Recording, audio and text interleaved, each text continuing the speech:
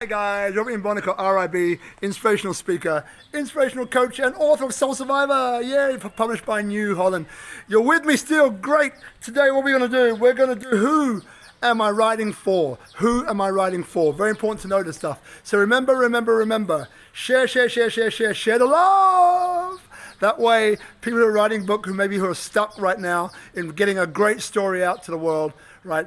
There's some tips in here that's going to help them to fine tune and get that book out to the world, right? That's the idea behind this. Get the book out to the world, okay?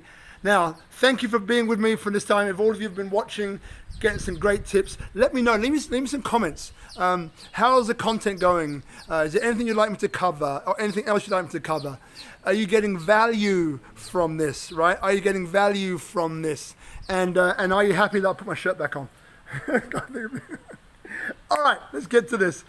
Okay, what are we on to? So now, okay, we're going back to the beginning in a way, but it's relevant at all stages of the book because you want to have this in the back of your mind, in the back of your RAS. Remember RAS, if you don't know what that is, check back to an earlier episode.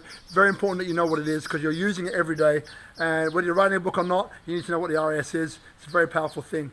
So we want it in the back of our awareness. So even though we're writing our story, we have an understanding of who is it for, okay?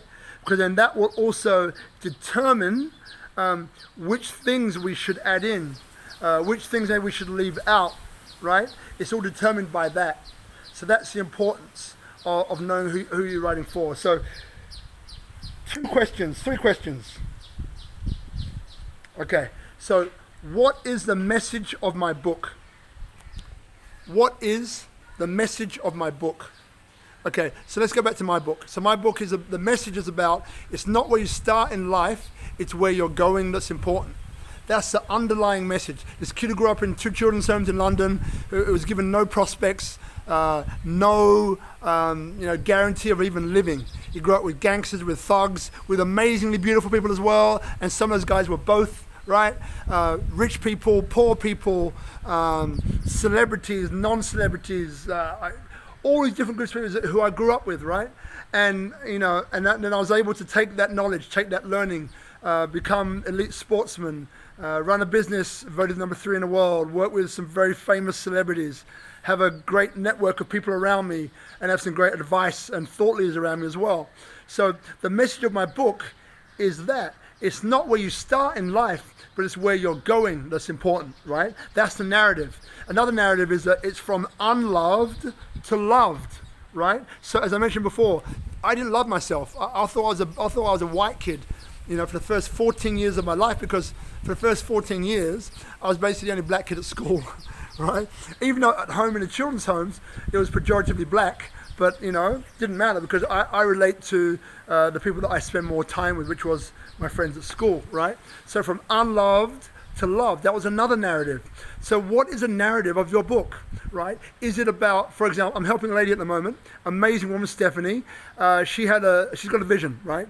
2 years ago, she made a vision that she wants to impact the lives of 1 billion people, 1 billion people positively by the year 2025, right?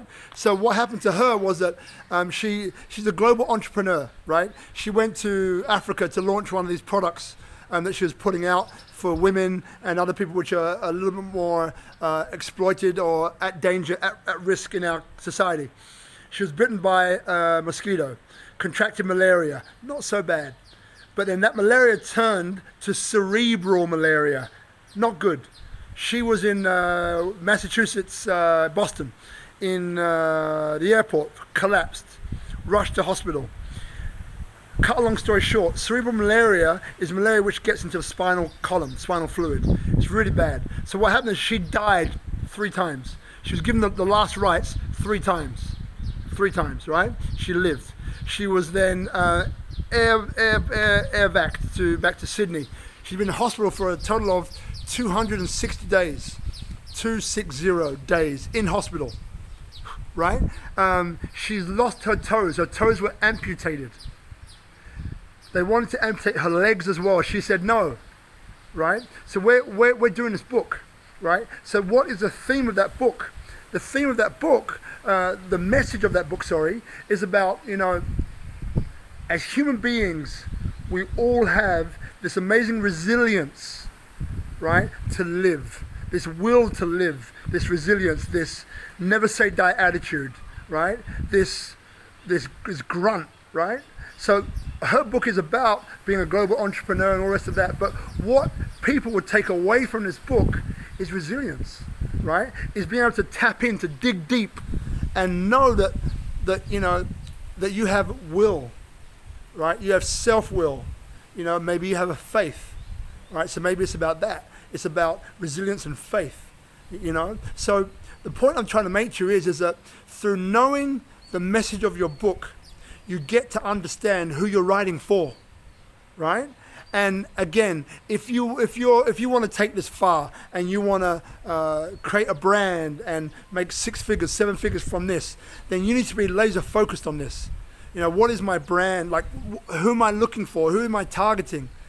If you're just writing a book, it's important for you to know this, but not essential, but it's important for you to know this and to use it, right? So it's relevant either way you want to go, right? But at the end of the day, know who you're writing for. So then it gives you an idea of your message gives you an idea of who you're writing for. If you want to make a big success of this book and sell lots of copies, then if you're looking at, at people who, I don't know, come up with a I'm trying to find a really dumb, a really silly example, but it's not coming. But something like, it's about the limitations of the market. If you're going for a market which has a micro subset of the population, micro of 100 people, then it's hard to sell 1,000 books. If you're going for a market, like the self-development market is one of the biggest markets in the world, for example. So if you're talking about resilience and self-development, well, that's a massive pond. It's a massive pond. And you can get a piece of that massive pond. Even a tiny, tiny, tiny percentage of that pond is 5,000 books, right? So again, know the message of your book, and therefore lead you on to knowing who am I marketing to, or in other words, who am I writing this book for? 2 really important points there, guys, okay? Now, it's enough for that. So remember, share the love, right? And spread this on. That way we can really get this cooking. Join the Facebook group. Instruct other people to join it as well. Check out the past videos. There's some great content in there that will really help to move you forward and get you on your journey, all right? Know I've got 2 great bonus offers. One is you've got to send me an email. I'll put the email in the description, either there, or there, right? Put the email in there, send me an email. Rob, give me the cheat sheet, and I'll send you the cheat sheet. Or Rob, I want to spend 40 to 45 minutes with you on Zoom, for example, and I want to go through with you what my strategy is, or I've already written a book and I want to go further, or I'm thinking about writing a book and I'm thinking about this, what do you think, right? So take that strategy call, it's free. Something good will always come out of it. It's just how it works. Something good will always come out of it.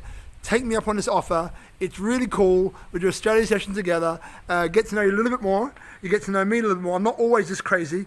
I am most of the time, but not always this crazy, but I get excited, right? I'm a passionate guy. So look, hit me up for that. Love to speak to you, love to chat. The next one, what are we going to do, Robbie? Okay, how to create a great book. How to create a great book. So this is what we've all been leading up to. All the past episodes, that way or that way, we've been leading up to this moment now of how do I create a great book. All right, so tune in next time. Some more great content, great information for you to write your book or to turn your story into a 6-figure income. That might be a little bit annoying. Sorry about that. Okay, guys, see you soon. Bye for now.